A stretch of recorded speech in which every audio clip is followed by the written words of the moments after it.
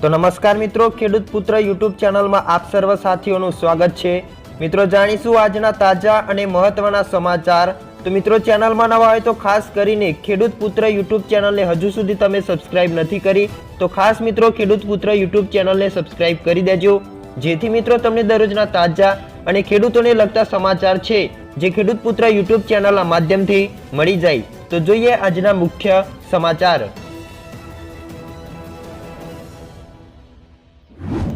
तो आजना सौप्रथम समाचार જોઈએ तो हवामान विभागની आगाही। गुजरातमांथी धीमे पगले ठंडी जई रही है और गर्मी धीरे धीरे वधी रही है। पश्चिम दिशामांथी एक पछी एक आवी रहेली सिस्टमना कारणे हवामान बदलाशे तेवुं देखाई रह्युं छे। राजस्थानथी लईने कच्छ, उत्तर गुजरात और सौराष्ट्રના વિસ્તારોમાં વાદળછાયું વાતાવરણ પણ જોવા મળી રહ્યું છે। તો ગુજરાતના હવામાનમાં મોટા ફેરફાર થાય તેવી શક્યતાઓ દેખાઈ રહી છે। જેમાં વધુમાં જાણીએ તો હવામાન વિભાગના અમદાવાદ કેન્દ્રના ડાયરેક્ટર એ.કે. દાસે મિત્રો સોમવારે ગુજરાતમાં 7 દિવસ વાતાવરણ સૂકું રહેશે તેવું મિત્રો પૂર્વાનુમાન લગાવ્યું હતું। જેમાં મિત્રો તેમણે જણાવ્યું હતું કે ગુજરાતમાં આગામી 7 દિવસ વાતાવરણ શુષ્ક રહેશે। ગુજરાતમાં આગામી 5 દિવસ તાપમાન યથાવત જોવા મળશે। આ 5 દિવસ લઘુત્તમ તાપમાનમાં કોઈ મોટો ફેરફાર નહીં થાય। આ સાથે તેમણે જણાવ્યું હતું કે ગુજરાતમાં હાલ પવનની દિશા બદલાઈ છે, જેના કારણે સવારે અને રાત્રે ઠંડીનો અનુભવ થઈ રહ્યો છે, જ્યારે બપોરે ગરમીનો અનુભવ થઈ રહ્યો છે। ત્યાર પછીના સમાચાર જોઈએ તો હવામાન નિષ્ણાત અંબાલાલ પટેલની આગાહી। હજુ ગુજરાતમાંથી ઠંડી ગઈ નથી। આ વચ્ચે આજના વાતાવરણની વાત કરીએ તો આજે ઠંડા પવનો સાથે વાદળછાયું વાતાવરણ જોવા મળ્યું છે। બીજી તરફ અંબાલાલ પટેલે મોટી આગાહી કરી છે, જેમના અનુસાર આજે રાજ્યમાં ઠંડા પવનો સાથે વાદળછાયું વાતાવરણ જોવા મળશે। તેમણે ફેબ્રુઆરીના અંતમાં ફરી માવઠું આવશે તેવી આગાહી પણ વ્યક્ત કરી છે। આમ ગુજરાતવાસીઓને ફરી કમોસમી વરસાદનો માર સહન કરવો પડી શકે છે। હવામાન નિષ્ણાત અંબાલાલ પટેલે જણાવ્યું હતું કે સૌરાષ્ટ્રના દરિયા કિનારે પવન ફૂંકાવાની શક્યતાઓ રહેશે। 50 કિલોમીટર ઉપરના પવનો દરિયામાં ફૂંકાવાની શક્યતાઓ રહેશે।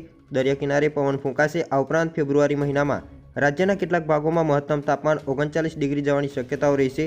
15 ફેબ્રુઆરીએ ગરમીનો અનુભવ થશે તો 17 થી 19 ફેબ્રુઆરીએ પવનનું જોર વધશે। આંધી વંટોળનું પ્રમાણ પણ વધે અને ધૂળની ડમરીઓ પણ ઉડી શકે છે। હજુ પણ એક પછી એક વેસ્ટર્ન ડિસ્ટર્બન્સ આવવાની શક્યતાઓ રહેશે।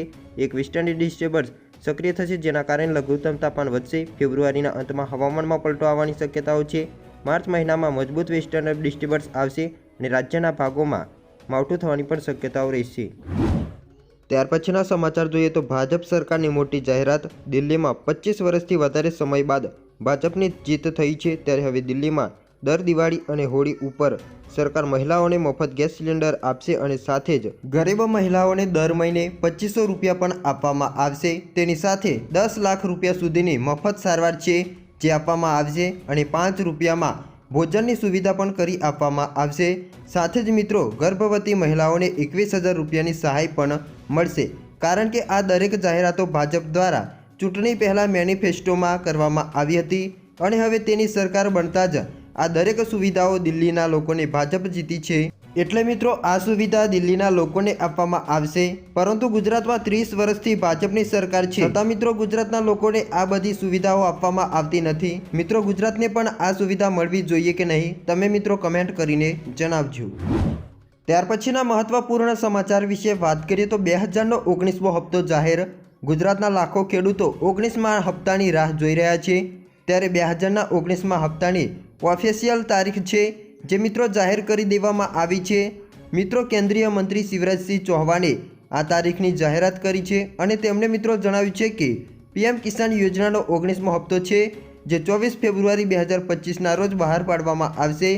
મિત્રો આ દિવસે પીએમ મોદી બિહારના પ્રવાસે જશે, ત્યારે ખેડૂતોના માટે જાહેરાત કરશે અને ખેડૂતોના ખાતામાં 2000 રૂપિયાનો 19મો હપ્તો છે જે મોકલવામાં આવશે। પરંતુ જે પણ ખેડૂત મિત્રો હજુ સુધી કેવાયસી કરાવ્યું નથી, ફાર્મિંગ રજિસ્ટ્રેશન કરાવ્યું નથી, એ વહેલી તકે મિત્રો આ કાર્ય કરી લેજો, જેથી તમને 2000નો 19મો હપ્તો તમારા ખાતામાં જમા થઈ જાય।